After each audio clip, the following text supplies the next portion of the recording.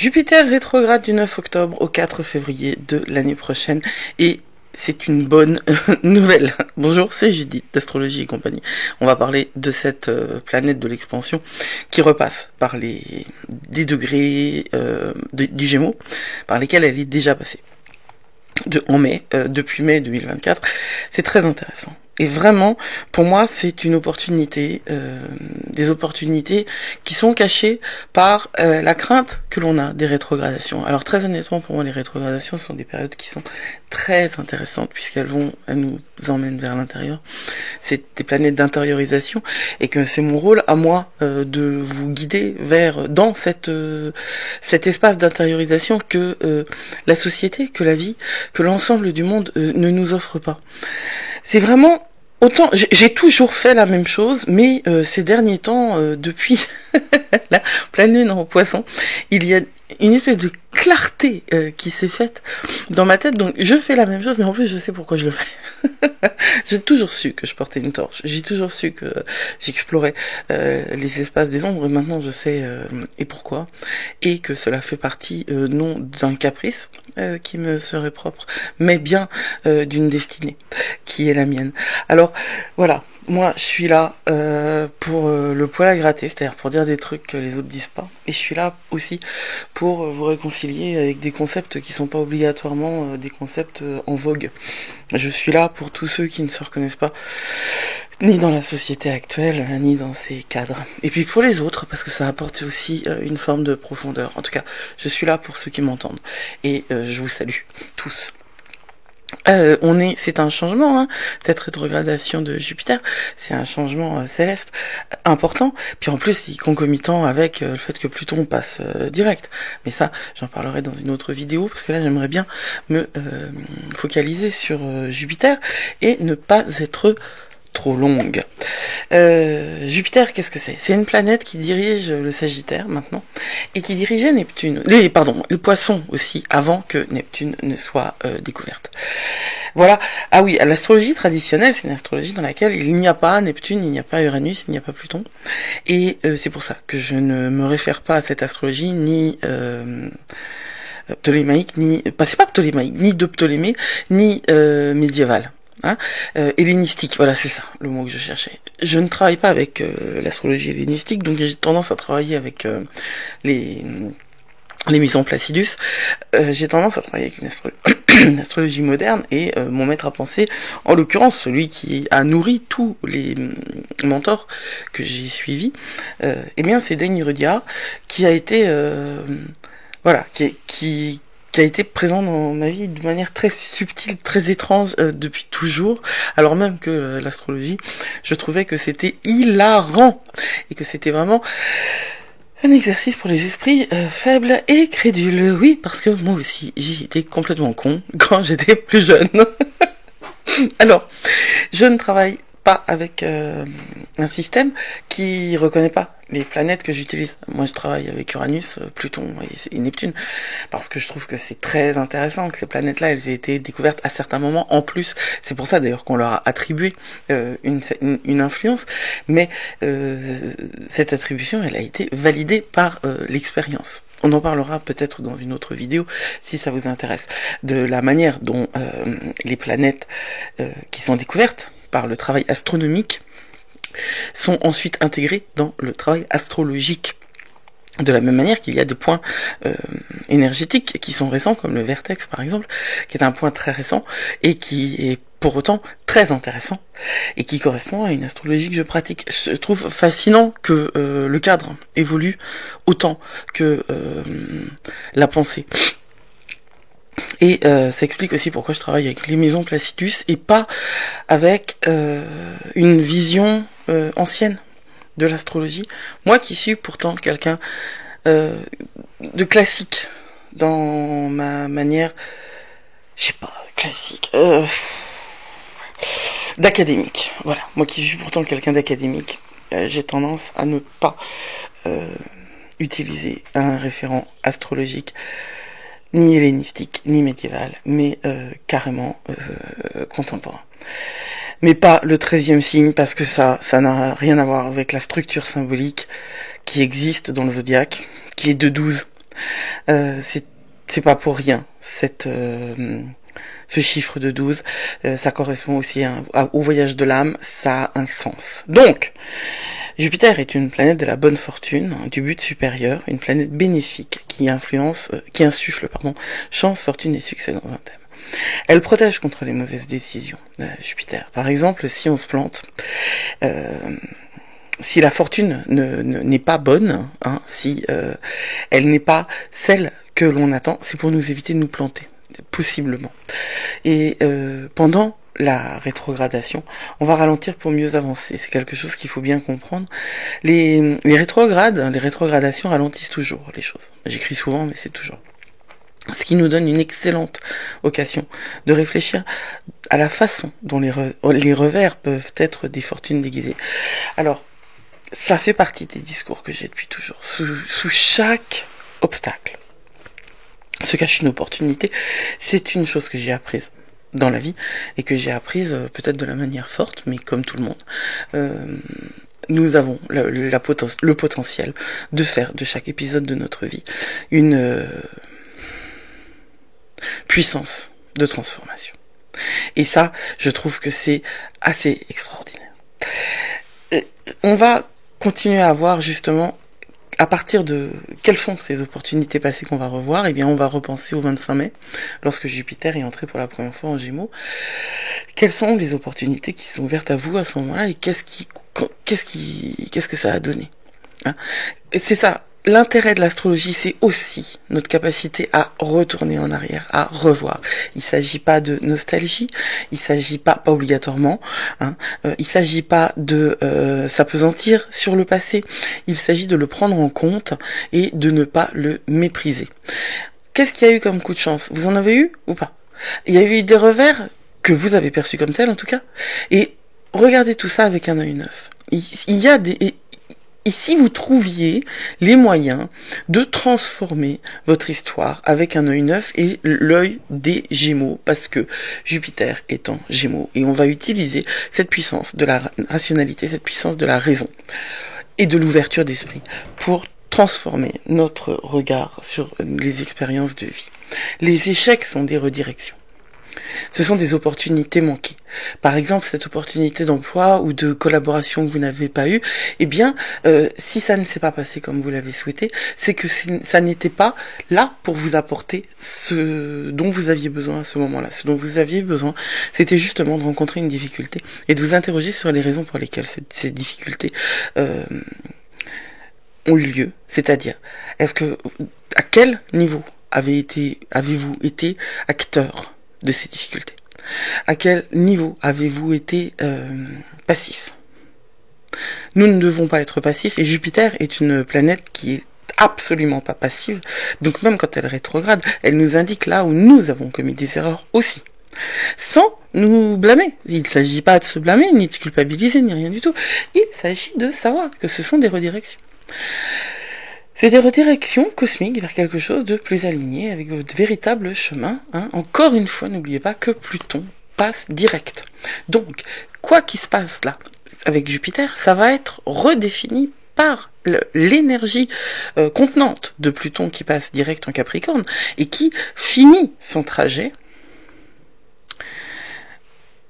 dans le dernier degré du Capricorne pour ne pas retourner en Capricorne avant 2234. Nous vivons des moments exceptionnels. Je reparlerai de Pluton en Capricorne.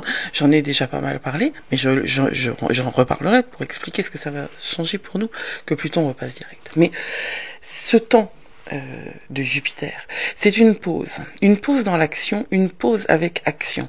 Est-ce que vous comprenez le concept de la pause sacrée? Il ne s'agit pas de tout lâcher, de tout abandonner. Il s'agit de voir ce que nous faisons et de quelle manière c'est aligné avec ce que nous voulons vraiment. Vous voulez vraiment. Non pas ce qu'on veut pour vous, mais ce que vous voulez vraiment. Cette pause est toujours active. Vous serez toujours conduit à poser des actions, mais vous les poserez dans un contexte qui va être redéfini entièrement. Et ce contexte, il est très certainement un peu plus solitaire.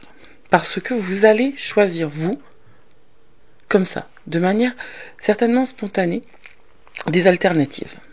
Alors j'ai écrit alternative parce que c'est un terme général. Je ne pense pas que tout le monde soit destiné à vivre un mode de vie alternatif, et là je mets les guillemets, c'est-à-dire hors of the grid,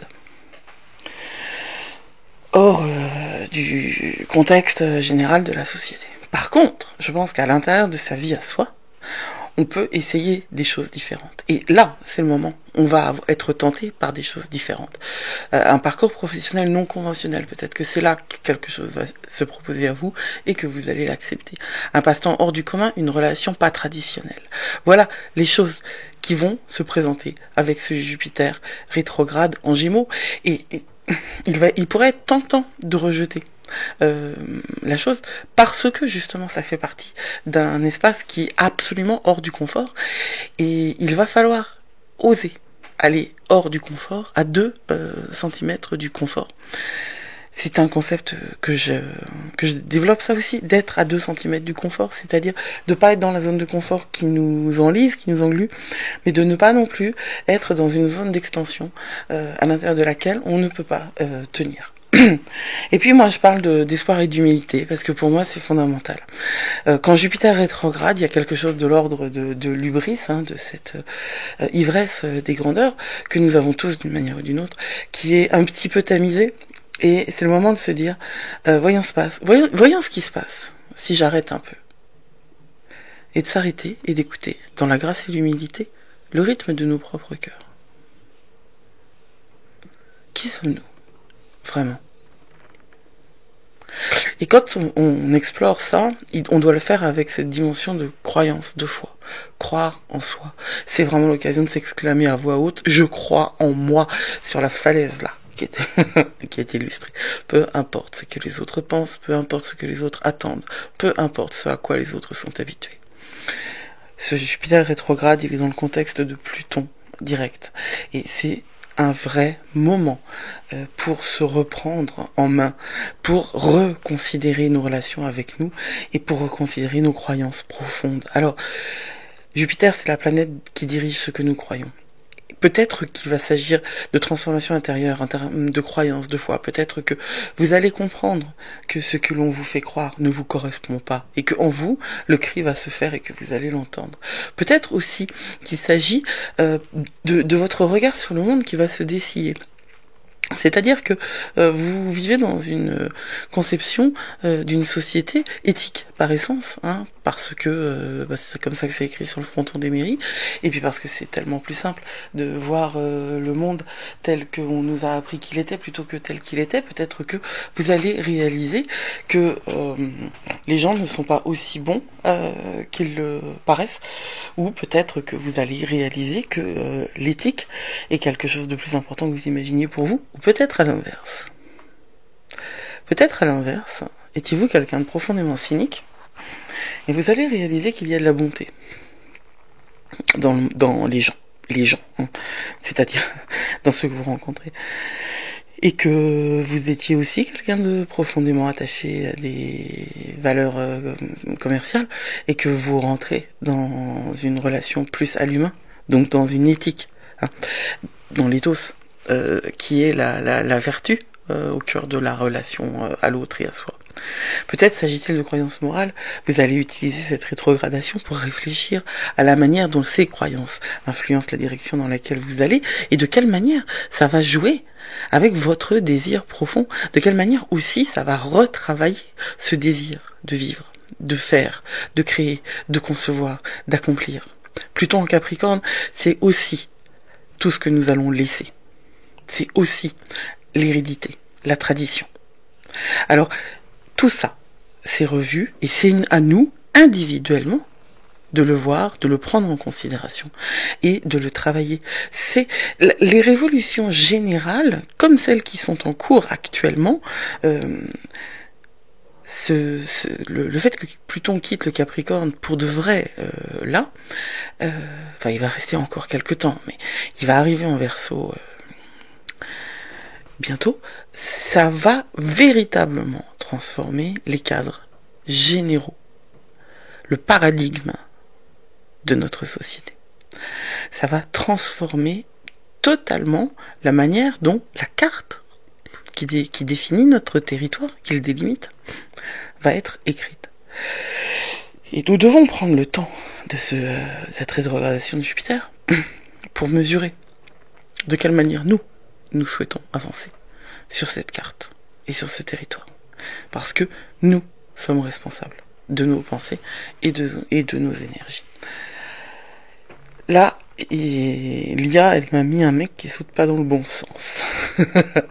Leap of Faith. Alors voilà, moi j'avais envoyé comme prompt quelque chose autour de la carte de tarot du mat, du four dans le Rider-Waite-Smith, c'est-à-dire la 0, celle où justement il y a cet acte de foi, hein, où on voit ce jeune homme avec son baluchon et son chien sauter d'une falaise quelque part.